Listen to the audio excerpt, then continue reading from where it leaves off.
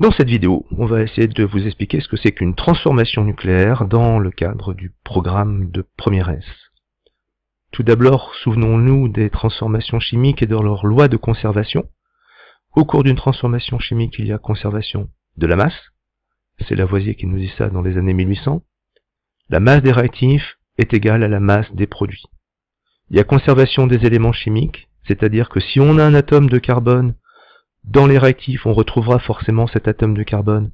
Dans les produits, si on a un atome d'azote dans les réactifs, on le retrouvera dans les produits. On ne crée pas d'éléments chimiques et aucun élément chimique ne disparaît. On peut se souvenir de nos TP de seconde sur la conservation de l'élément cuivre et de l'élément carbone.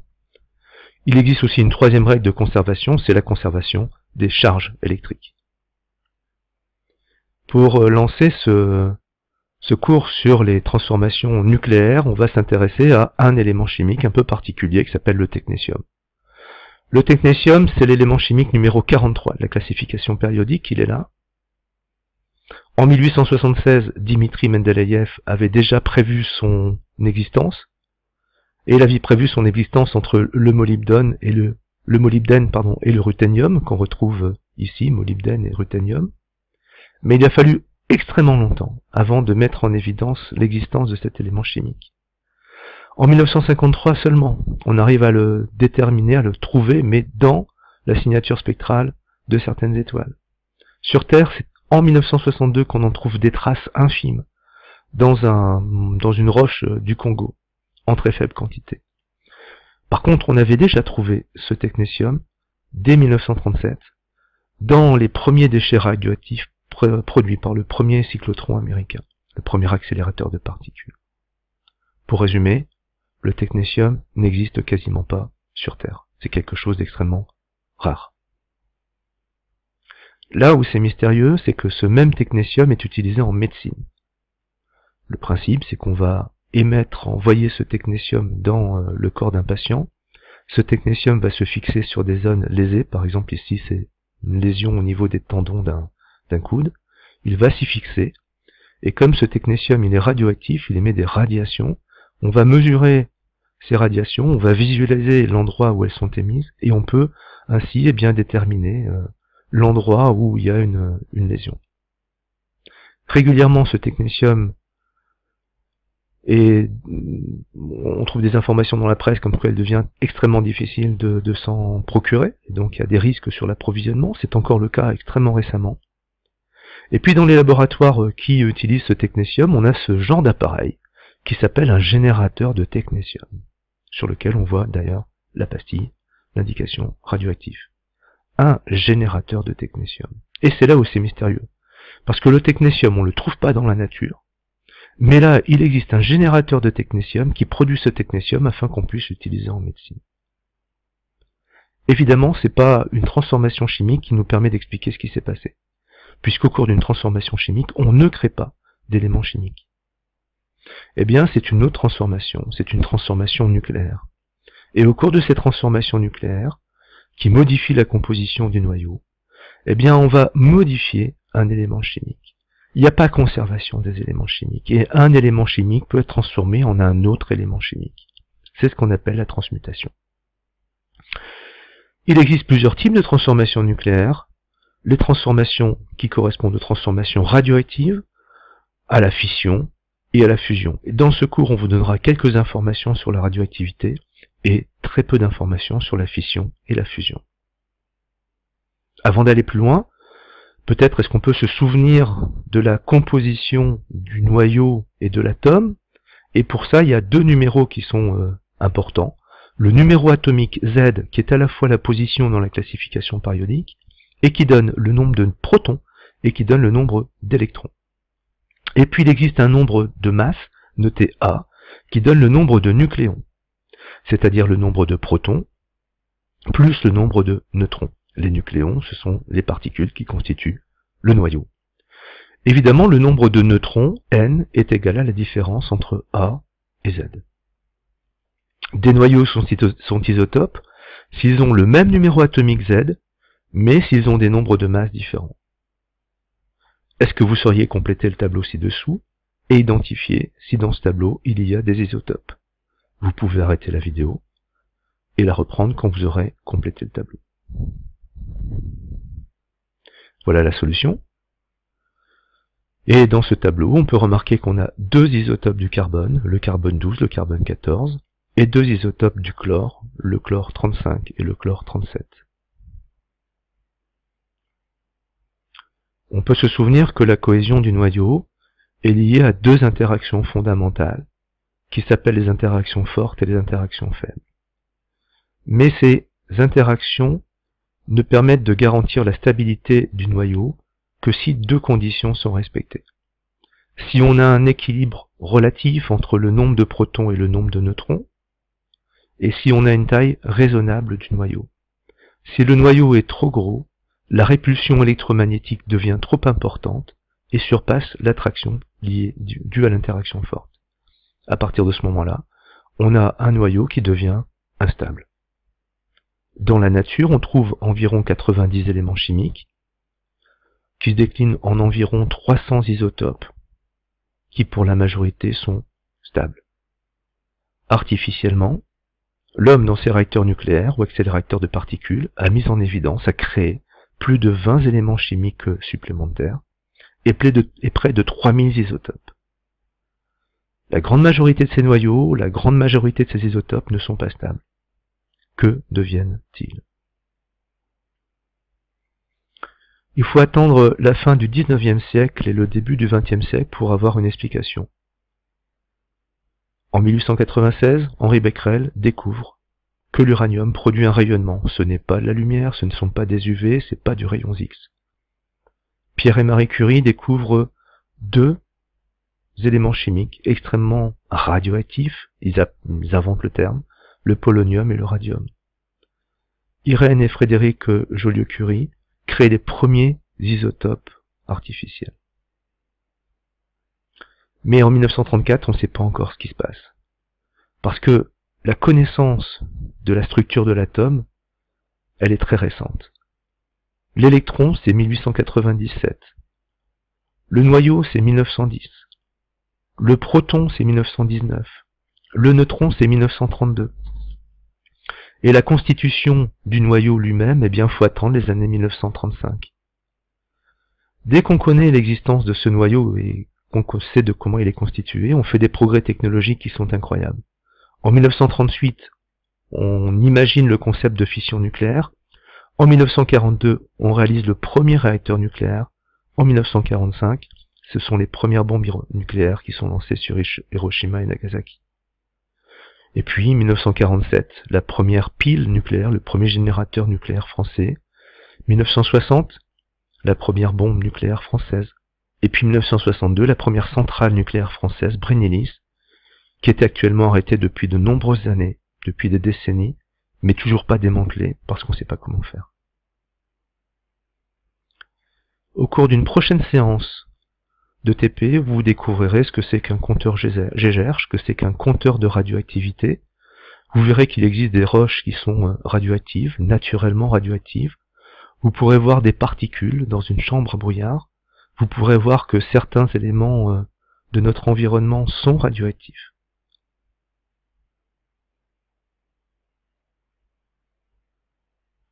Dans ce diagramme, nous avons sur l'axe des ordonnées le nombre de protons. Or, le nombre de protons correspond à un élément chimique. Pour un élément chimique, on a un nombre de protons. Par exemple, eh bien, l'élément chimique technétium a un nombre de protons qui est égal à 43. Son numéro atomique est égal à 43. C'est-à-dire que tous les isotopes, tous les noyaux qui se trouvent ici sur cette ligne, appartiennent à l'élément chimique technétium. En bas, en abscisse, nous avons le nombre de neutrons. Et puis, chaque isotope est donc décrit par un numéro atomique Z, ici 43, et un nombre de neutrons, N, qui vaut ici 60. Pour cet isotope qui se trouve là, précisément, eh bien, donc, il porte 60 neutrons, il porte 43 protons, donc il porte en tout 103 nucléons. C'est l'isotope 103 du technétium.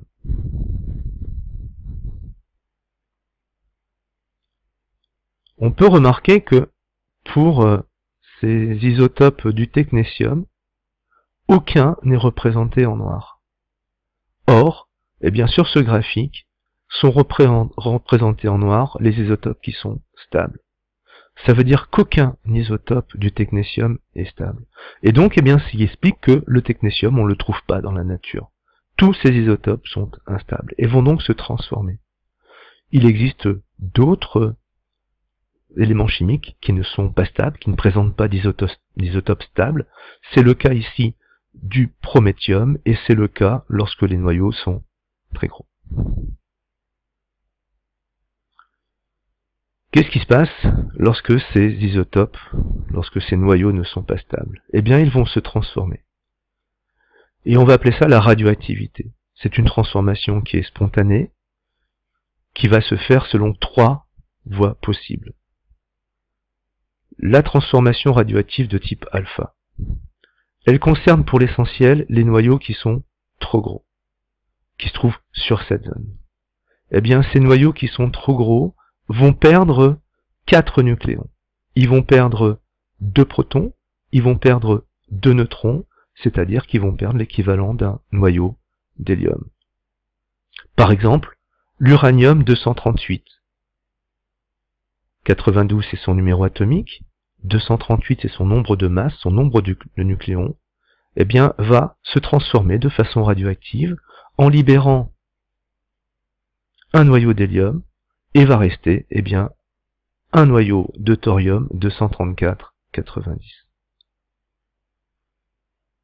Alors pourquoi est-ce qu'il reste un noyau de thorium 234-90?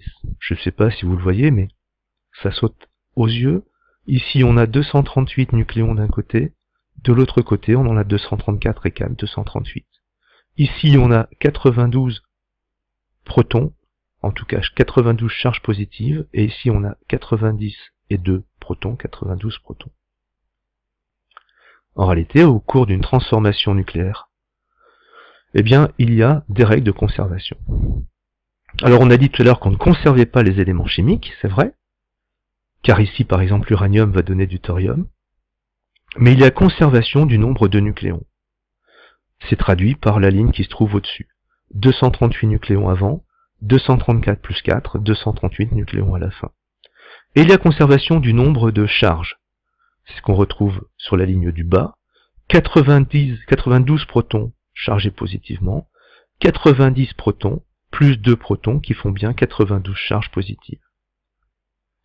Ces lois de conservation du nombre de nucléons ou du nombre de charges s'appellent les lois de Soddy. Pour la masse, on verra plus loin. Ce premier type de radioactivité, la radioactivité de type alpha, concerne les noyaux qui sont les plus gros, les plus volumineux, et qui sont instables à cause de leur taille. Les transformations de type bêta- sont liées au fait qu'on a un déséquilibre entre le nombre de protons et le nombre de neutrons. On a ici, pour cette zone qui est représentée en bleu, un excédent de neutrons. On a trop de neutrons par rapport aux protons. Eh bien, cette transformation bêta- va se traduire par l'émission d'un électron. Ce qu'il se passe, c'est qu'un neutron va former un proton en libérant un électron. Comment est-ce qu'on peut comprendre ça? Eh bien, le neutron, il est neutre, le proton, il est chargé positivement, il a à peu près la même masse que le neutron. Par contre, pour qu'on respecte l'équilibre des charges, il faut bien qu'il y ait un électron qui soit produit. Comment ça se traduit pour un élément chimique? Eh bien, par exemple, le cobalt. 60, l'isotope 60 du cobalt, est radioactif bêta-. Comme il est radioactif bêta-, eh bien, il va se transformer en libérant un électron. Pour respecter les lois de Soddy, on voit que puisqu'on a 60 nucléons ici, il faut qu'on en retrouve 60 dans le second membre. Donc on en retrouve 60 de ce côté. Et pour respecter le nombre, la conservation des charges, puisqu'on a 27 charges au départ, il faut qu'on retrouve 28 charges à la fois. Mais puisqu'on en a perdu une ici au niveau de l'électron, il faut que ce noyau porte 28 charges positives. Eh bien, c'est un noyau de nickel. La radioactivité de type bêta+, C'est un peu l'inverse de la transformation β-. Cette fois-ci, on a un excédent de protons. Au cours de la transformation chimique, un proton va libérer un neutron. Du point de vue des charges, ce proton, il avait une charge positive. Le neutron n'a plus de charge. Donc il faut bien qu'il y ait une particule qui porte cette charge positive sans pour autant porter de masse, puisque la masse du proton et la masse du neutron sont quasiment équivalentes. Eh bien, cette particule-là, qui ne porte quasiment pas de masse, mais qui porte une charge positive, elle ressemble tout à fait à un électron, sauf qu'elle a une charge opposée à l'électron. Eh bien, c'est ce qu'on appelle de l'antimatière d'électrons. On appelle ça un positon. On trouve aussi le terme positron. Donc ces deux termes sont équivalents. Par exemple, le carbone 11 qu'on a ici, eh bien ce carbone 11 est radioactif émetteur β+. C'est-à-dire qu'au cours de sa transformation chimique, il va produire un positon. Un positon, c'est donc l'équivalent d'un électron chargé une fois positivement. Pour que les lois de Soddy soient respectées, eh bien, on doit retrouver 11 nucléons dans le second membre de l'équation, et on doit retrouver 6 charges positives, 5 et un 6, dans le second membre.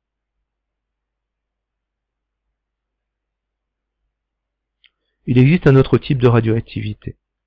La radioactivité qu'on appelle gamma. Ce n'est pas une particule, c'est une onde électromagnétique, qui est émise quasi systématiquement après une transformation nucléaire. En effet, après sa transformation, le noyau est déséquilibré. Les neutrons et le proton ne sont pas forcément répartis de façon optimale. On dit que le noyau est dans un état excité, ou métastable. Dans un second temps, et en général c'est instantané, le noyau va se réorganiser, se désexciter, en libérant le surplus d'énergie qu'il avait stocké sous forme d'un photon d'énergie gamma, sous forme d'onde électromagnétique. Les propriétés générales des transformations radioactives sont les suivantes. Ce sont toujours des transformations spontanées. Une transformation spontanée, c'est à l'opposé d'une transformation provoquée. C'est-à-dire qu'elle se fait toute seule. On n'a pas besoin de l'initialiser. Elle va se faire toute seule. C'est une transformation aléatoire et sans vieillissement. C'est-à-dire qu'un noyau, à un moment donné, de lui-même, va se désintégrer. Et que c'est pas parce qu'il est vieux. Un noyau vieux aura la même probabilité de se désintégrer qu'un noyau récent. Il existe sur Terre des noyaux d'uranium-238 qui ont 4,5 milliards d'années. Il existe des noyaux d'uranium-238 qui ont 5 ans. Ils ont exactement la même chance de se désintégrer par unité de temps. Et puis enfin, ces transformations radioactives sont insensibles à tout facteur physique ou chimique. Et donc elles sont strictement incontrôlables. On n'a aucune maîtrise sur ces transformations radioactives. Allez, un petit exercice.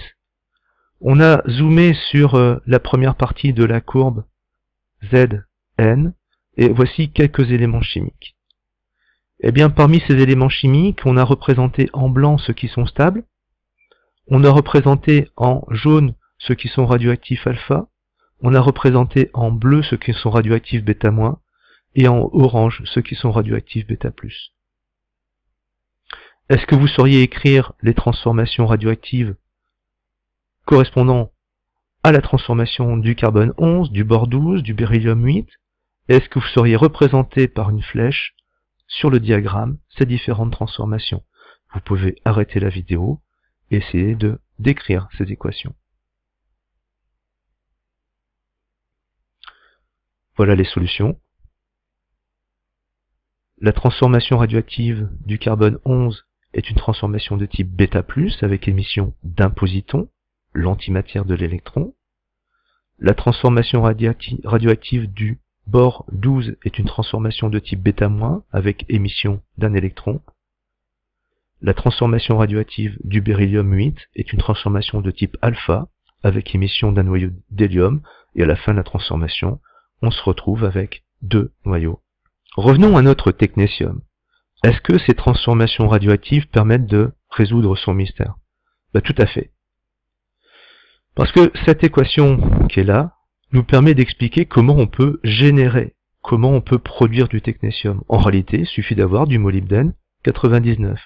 Lui-même étant radioactif, il va produire le technétium 99. Et comment ça se fait qu'on ne trouve pas de technétium sur Terre? Eh bien parce que ce technétium est radioactif. Et par exemple, le technétium 99 va produire du ruthénium et puis un électron. Ces deux transformations sont des transformations radioactives de type β-. Une petite information hors programme. Il est possible que le noyau fils obtenu après une désintégration radioactive soit lui-même radioactif, etc. Ce qui fait que ça décrit ce qu'on appelle des familles. Par exemple, l'uranium-238 est un atome qui est radioactif, un noyau qui est radioactif. Il donne, par exemple, le thorium, qui est lui aussi radioactif, qui peut donner l'uranium-234 qui est radioactif, le thorium-230 qui est radioactif, le radium-226, le radon-222, et puis etc. jusqu'à ce qu'on arrive au final à un élément qui est stable, un noyau qui est stable, qui est le plomb 206. Tous ces radionucléides qui sont là sont appelés la famille de l'uranium-238. Une autre information hors programme, c'est ce qu'on appelle la demi-vie radioactive, qu'on appelait auparavant la période radioactive. Eh bien, c'est la durée nécessaire pour que la moitié des noyaux d'un échantillon ait subi une désintégration radioactive. Et cette demi-vie peut être très diverse. Par exemple, l'iode 131 qui est produit dans les centrales thermonucléaires a une demi-vie de 8 jours. C'est-à-dire qu'au bout de 8 jours, il en restera la moitié. Au bout de 8 jours à nouveau, il n'en restera plus que un quart. Et puis, au bout de 8 jours à nouveau, c'est-à-dire 3 x 8, 24 jours, il n'en restera plus que un huitième. On peut trouver aussi, par exemple, dans cette liste, le césium-137, qui est un autre déchet des centrales nucléaires, dont la demi-vie radioactive vaut 30 ans. C'est-à-dire qu'il faudra attendre 30 ans pour que la moitié de ces noyaux radioactifs ait disparu. Il faudra attendre 60 ans pour qu'il n'y en ait plus qu'un quart, 90 ans pour qu'il n'y en ait plus qu'un huitième, etc. Là où ça devient un peu plus embêtant, c'est que, par exemple, si on regarde le plutonium, qui se trouve là, il a une demi-vie radioactive de 24 000 ans. C'est-à-dire que le plutonium, qui est un déchet de nos centrales nucléaires, eh bien, faudra attendre 24 000 ans pour qu'il se désintègre à moitié. Et puis, il faudra attendre 48 000 ans. Il en restera encore un quart. Et puis, dans 3 fois 24 000 ans, il en restera encore un huitième. Donc, on voit bien dans ce tableau qu'il y a une difficulté évidente, la difficulté pour stocker tous ces produits, tous ces déchets des transformations nucléaires qu'on utilise dans nos réacteurs. À cause de cette définition de la demi-vie radioactive, eh bien, la courbe de décroissance d'une population de noyaux radioactifs a toujours la même allure. Ça décroît tout d'abord rapidement, et puis ça tend vers une asymptote. Au bout d'une demi-vie, il en reste la moitié. Au bout de demi-vie, il en reste un quart. Au bout de 3 demi-vies, il en reste un huitième, etc. L'activité radioactive d'un échantillon, A, c'est quelque chose qui est assez simple.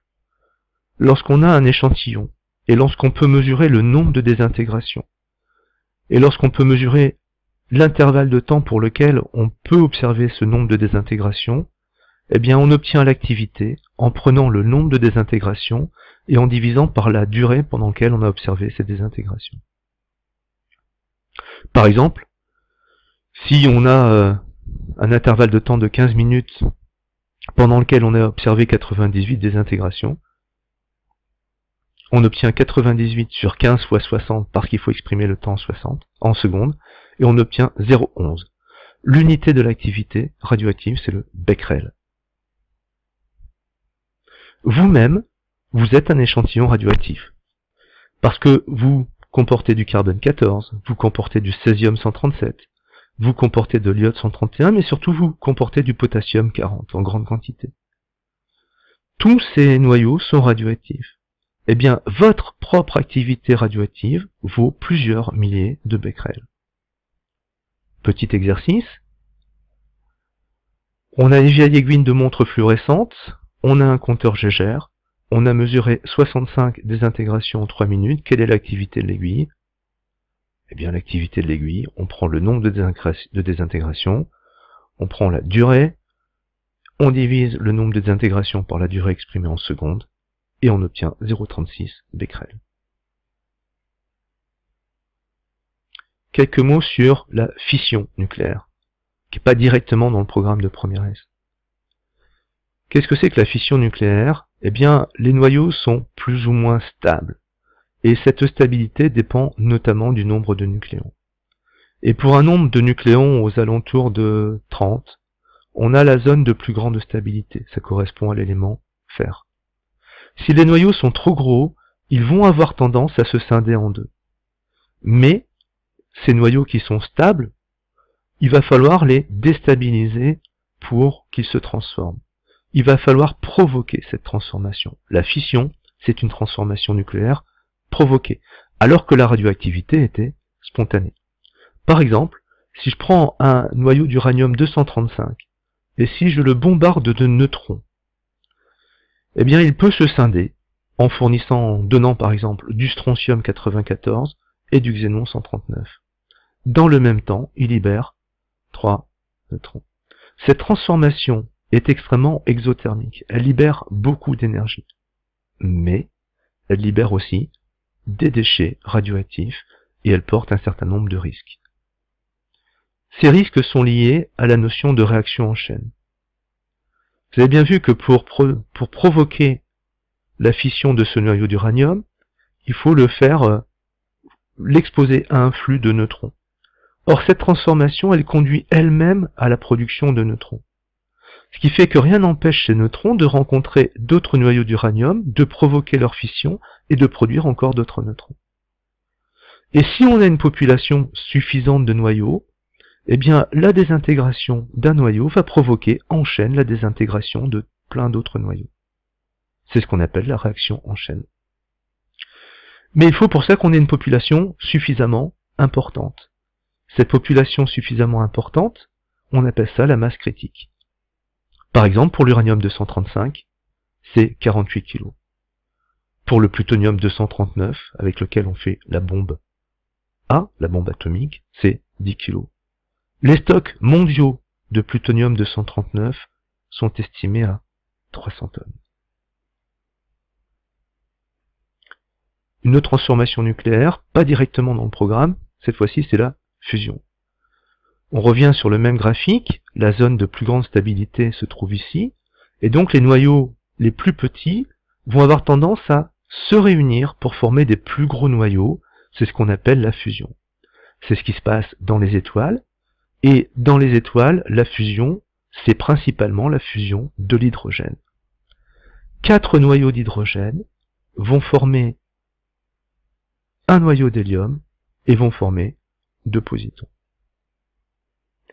Au cœur des étoiles, l'hydrogène fusionne pour former de l'hélium, en libérant une quantité d'énergie qui est strictement incroyable, une quantité qui est démesurée. Alors bien sûr, ces réactions de fusion, elles sont intéressantes parce que les déchets nucléaires, ils sont relativement peu nombreux et facilement contrôlables, parce que l'énergie produite, elle est extrêmement importante. Mais pour l'instant, eh bien, ces transformations de fusion nucléaire, elles ne peuvent s'effectuer que dans des conditions qui sont extrêmes, et on arrive à peine à les produire.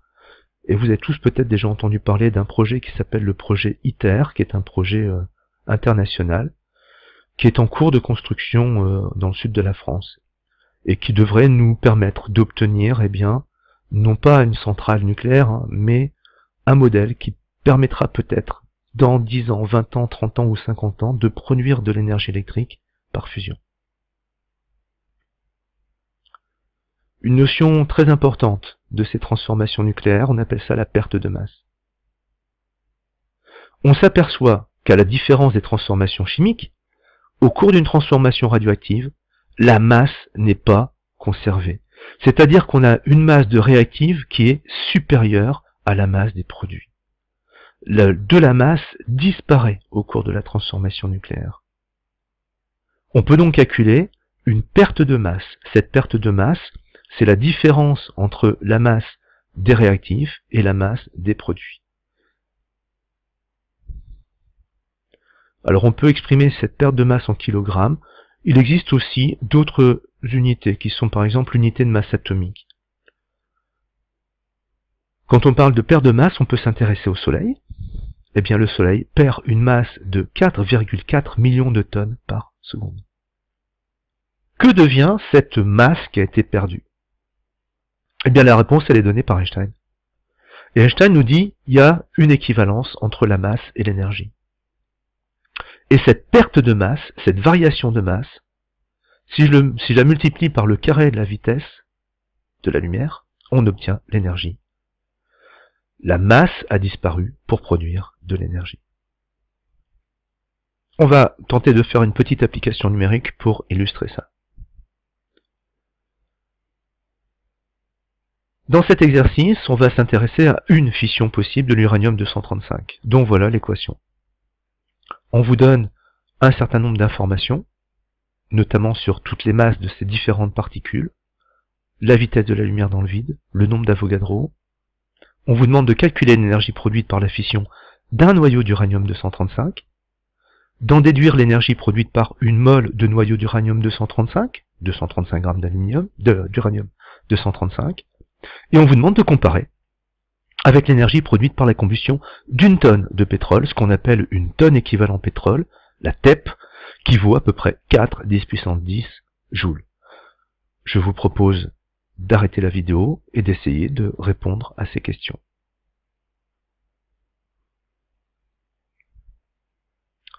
Alors voilà la correction. La perte de masse, on l'obtient en faisant la différence entre la masse des réactifs et la masse des produits. On obtient alors 3,2 10 puissance moins 28 kg. L'énergie produite donnée par la relation d'Einstein, c'est delta M fois C au carré, et ça nous donne 2,9 10 puissance moins 11 joules. Ça, c'est l'énergie qui est produite par la transformation d'un noyau d'uranium-235. Pour avoir l'énergie produite par une mole, on va prendre l'énergie produite par un élément et on va multiplier par le nombre d'éléments dans une mole, le nombre d'Avogadro. On obtient 1,7 10 puissance 13 joules. Ça, c'est ce qui est produit par une mole. Autrement dit, 235 grammes d'uranium-235 produit par fission 1,7 10 puissance 13 joules. Si on compare ça à la production d'énergie d'une tonne de pétrole, 4 10 puissance 10 joules, on voit qu'il y a un rapport de presque 1000. On peut dire que 200 grammes d'uranium ou 300 grammes d'uranium, ça produit 1000 fois plus qu'une tonne de pétrole. Alors continuons cet exercice. Imaginons que vos parents ont une chaudière à fioul et qui consomment 2 tonnes de fioul par an. Votre père revient de la foire de Toulouse. Il ramène ce qu'il croit être une affaire, une chaudière à uranium-235. C'est le NEC plus ultra. Et cette chaudière, elle est grande comme un dé à coudre. Et il vous ramène aussi les 1,2 grammes d'uranium-235 qui pourront chauffer la maison pendant 1 an. Il vous demande votre avis. Qu'est-ce que vous en pensez? Est-ce que tout ça est bien cohérent?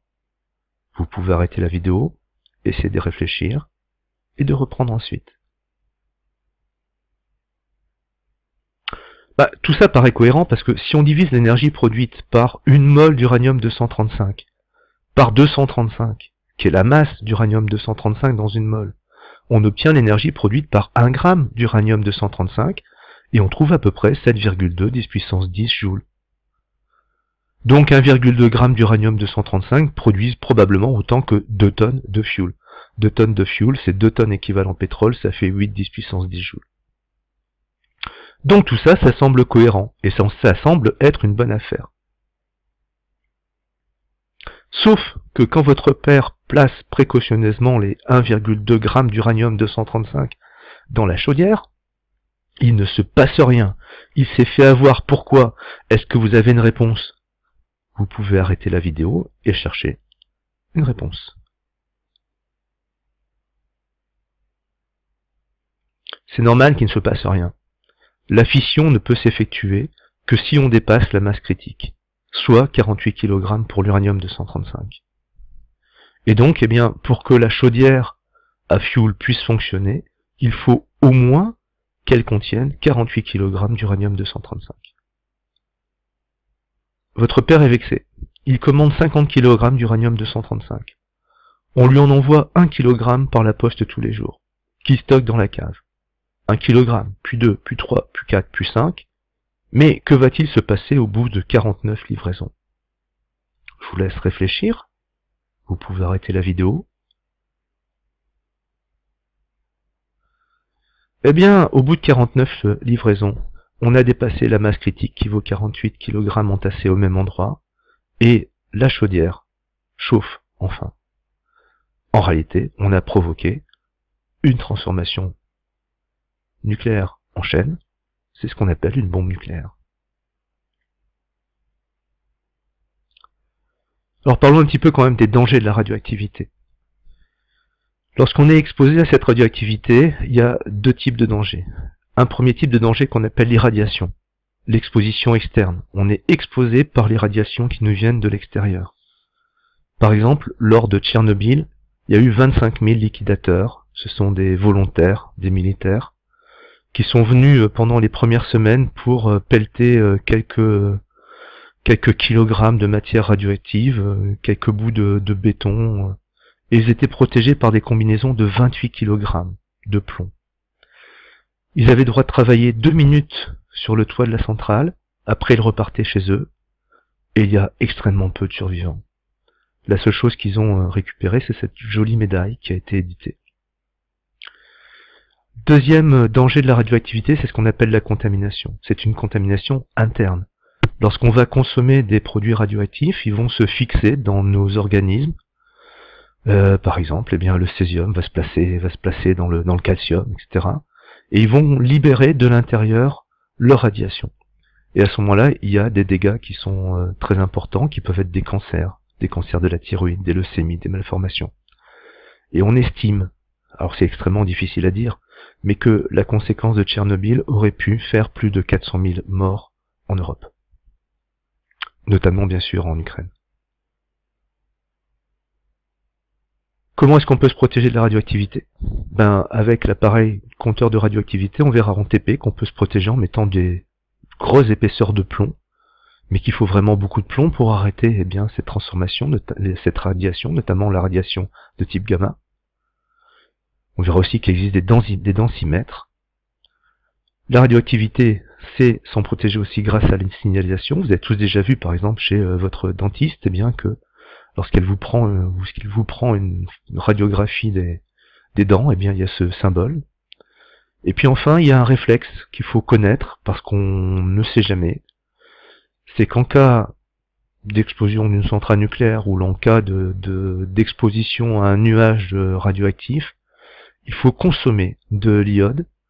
Il faut consommer de l'iode pour saturer sa thyroïde et éviter que un des déchets radioactifs extrêmement abondant qui s'appelle l'iode 131 ne s'y fixe. On va conclure en disant que la radioactivité a aussi des aspects qui sont particulièrement positifs, des aspects techniques. On peut faire de la datation, on peut faire de la radiothérapie pour soigner certains cancers, on peut faire de la curithérapie, ce sont des petites aiguilles radioactives qu'on a mis ici à proximité, c'est pour soigner un cancer de la prostate. C'est un outil qui permet de faire du marquage. Par exemple, dans ce champ, on a par exemple mis de l'azote radioactif, et puis on va mesurer ce qu'il en reste dans le sol et la façon dont il a été utilisé par la plante. On peut faire de la scintigraphie. Ici, par exemple, eh bien, c'est un cancer sur la colonne vertébrale. On peut alimenter en énergie certains satellites.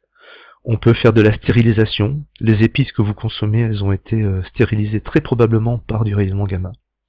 Et puis enfin, on va conclure en disant que cette radioactivité naturelle, eh bien, c'est probablement un outil qui a permis la diversité des espèces et l'évolution des espèces grâce aux mutations qu'elle a pu provoquer, qui ne sont pas toutes forcément des mutations indésirables. Certaines ont été favorables, ont été retenues par l'évolution. Et puis cette radioactivité qui produit de l'énergie, ben c'est probablement elle aussi qui permet à notre Terre de conserver un noyau qui est liquide. Et donc voilà pour ce cours sur la radioactivité, pour ce qu'on pouvait en dire. Eh bien, merci de votre attention.